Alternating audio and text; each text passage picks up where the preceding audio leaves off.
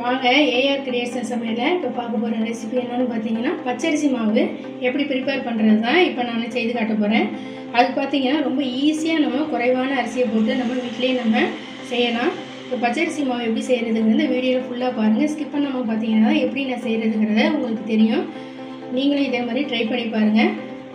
இதை பார்த்தீங்கன்னா பச்சரிசி மாவில் கொழுக்கட்டை, இடியாப்பம், அதே மாதிரி புட்டு, முறுக்கு இது எல்லாத்துக்குமே நம்ம பலகாரம் செய்கிறதுக்கு இந்த பச்சரிசி மாவு யூஸ் பண்ணலாம். வாங்க இது எப்படி செய்கிறது வீடியோக்குள்ளே போய் பார்க்கலாம். பச்சரிசி மாவு எப்படி அரைக்கிறதுங்கிறது இப்போ பார்க்கலாங்க. அதுக்கு பார்த்தீங்கன்னா மாவு பச்சரிசி இது நான் ஒரு கிலோ நான் எடுத்து ஒரு 2 மணி நேரமாக நான் ஊற வச்சுருக்கேன். நல்லா கழுவிக்கங்க. நல்லா வெள்ளையாக தண்ணி வர வரைக்கும் நல்லா கழுவிட்டு நல்லா ஒரு 2 to 3 மணி நேரம் நல்லா ஊற வச்சுக்கோங்க. இந்த இப்போ ஊறின அரிசியை நம்ம வடித்து எடுத்துக்குவோம்.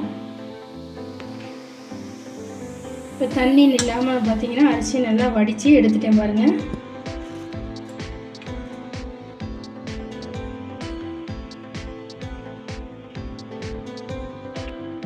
இப்போ வடிச்சியே தண்ணி நல்லா வடித்த அரிசியை பார்த்தீங்கன்னா ஒரு வெள்ளை துணி இந்த மாதிரி காட்டன் துணி எடுத்துக்கோங்க.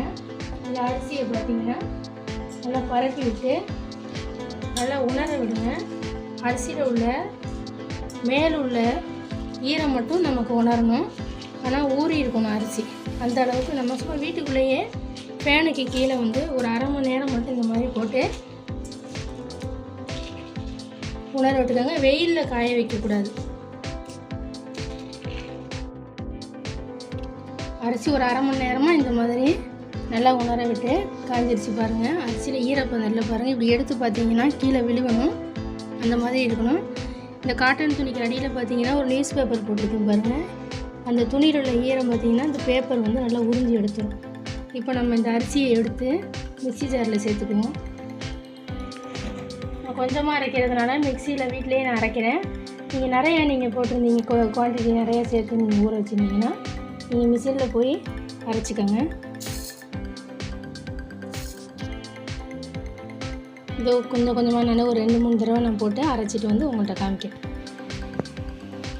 இப்போ மிக்சியில் அரிசியை சேர்த்து நல்லா இந்த மாதிரி அரைச்சிட்டேன் பாருங்கள். இதை பார்த்தீங்கன்னா இந்த மாதிரி மாவு சலடையில் நம்ம சளிச்சிக்குவோம்.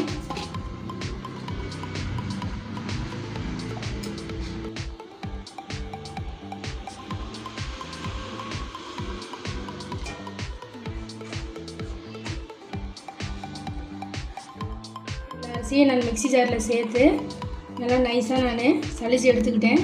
இப்போ சளிச்சது போக இந்த அளவுக்கு திரும்பவும் நமக்கு குறன்னு இருக்குது பாருங்கள். இதையும் நம்ம திரும்ப போட்டு மிக்சியில் ஒரு 2 தடவை நல்லா சுற்றிட்டு சளிச்சு எடுத்துக்குவோம்.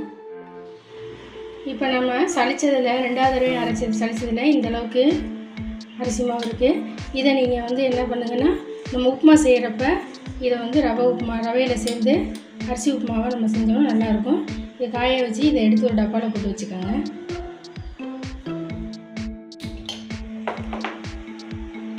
இப்போ அடுப்பில் பார்த்தீங்கன்னா ஒரு கடாய் வச்சுருக்கேன். கடாய் நல்லா சூடாகட்டும். இப்போ நம்ம ஈரரிசியை பார்த்தீங்கன்னா நல்லா உணர விட்டு இப்போ நான் அரைச்சி மிக்சியில் இப்போ நான் சளிச்சு எடுத்து வச்சுருக்கேன்.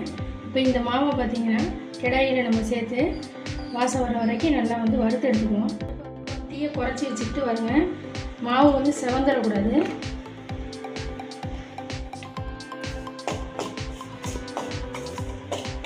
இப்போ மாவு பார்த்தீங்கன்னா இந்த அளவுக்கு நான் வறுத்துட்டேன். சூடு பொறுக்கிற அளவுக்கு இருக்கணும். இப்போ நம்ம இதை ஒரு பாத்திரத்தில் தனியாக எடுத்துக்குவோம்.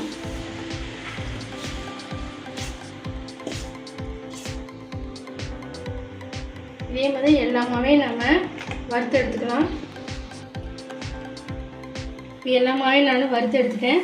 இப்போ வறுத்த மாவு பார்த்திங்கன்னா ஒரு தட்டில் போட்டு நல்லா பரப்பி விட்டு நல்லா காய வச்சுக்கோங்க. நல்லா 3 நாள் நல்லா காய வச்சு வீட்டிலே காய வச்சுக்கோங்க. வெயிலில் காய வைக்க வேணாம். நிழல்லே பார்த்தீங்கன்னா காய வச்சு நல்லா காஞ்ச பிறகு ஒரு டப்பாவில் எடுத்து வச்சுக்கிட்டிங்கன்னா 1 வருஷம் ஆனாலும் வீணாக போகாது. வேணுங்கிறப்ப நம்ம பச்சரிசி மாவு நம்ம பலகாரம் செய்கிறதுக்கு எடுத்துக்கலாம்.